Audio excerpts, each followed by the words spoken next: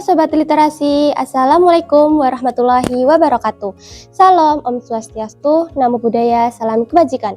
Perkenalkan, nama saya Feti Dwi Ernawati, saya berasal dari Sekolah MTS Negeri 6 Karanganyar. Di sini, saya akan menyampaikan hasil resensi saya dari buku yang berjudul Bob Sadino dengan judul resensi Mendobrak Kunci Sukses Sang Pengusaha Legendaris.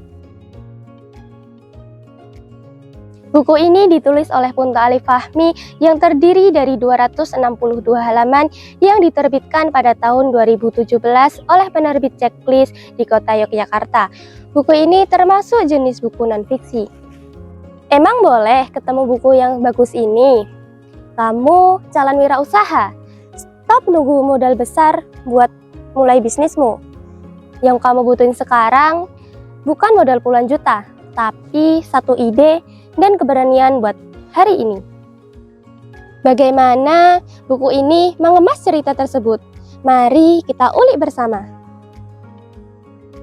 Ketika seseorang menyebutkan nama Bambang Mustari Sadino atau yang lebih dikenal sebagai Bob Sadino, maka tokoh tersebut tidak lain adalah seorang pengusaha legendaris dari Indonesia.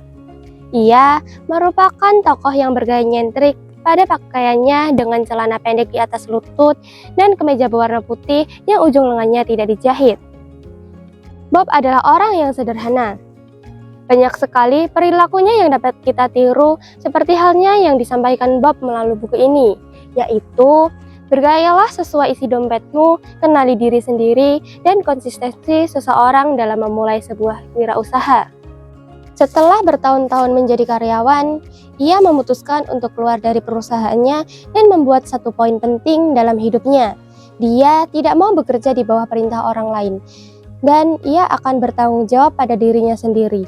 Namun, karena dia adalah orang yang pantang menyerah, usaha yang dijalankannya pun lama-kelamaan membuahkan hasil dan memperoleh ide sebagai bisnisnya yang lain. Bob Sadino adalah tipikal orang yang memiliki pemikiran anti-mainstream. Cara berpikirnya yang tidak biasa, unik dan nyentrik membuat dirinya sangat berani untuk mengkritisi sistem pendidikan yang ada di Indonesia. Bahkan di dalam buku dikatakan bahwa beliau adalah orang yang selalu meneror pelajar untuk keluar dari sekolah mereka.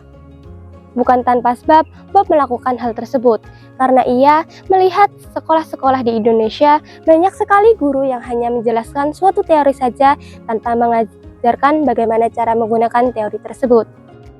Kelebihan yang dimiliki buku ini adalah bahasanya yang santai, sederhana dan apa adanya, membuat para pembaca mudah memahami maksud yang ingin disampaikan buku ini.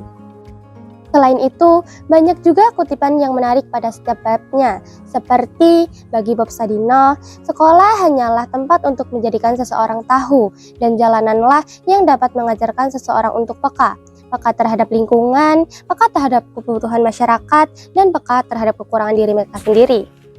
Sedangkan kekurangan yang dimiliki buku ini adalah ucapan pedas, kalimat yang bernada nyinyir dan sinis, seperti orang goblok dan orang pintar memiliki caranya masing-masing. Orang goblok tidak pernah atau jarang sekali merepotkan diri mereka sendiri hanya untuk memikirkan hal apa yang mungkin menjadi penghambat bisnisnya seperti yang dilakukan orang-orang pintar.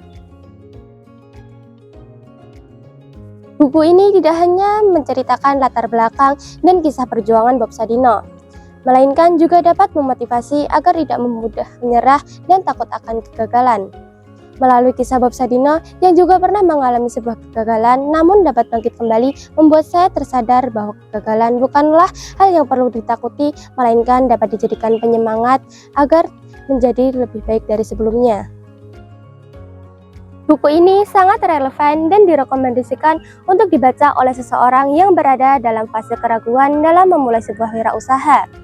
Terlebih, kisah yang diceritakan dalam buku ini banyak dialami oleh pengusaha pemula sehingga memberikan nilai praktis yang cukup tinggi. Sekian hasil resensi yang dapat saya sampaikan.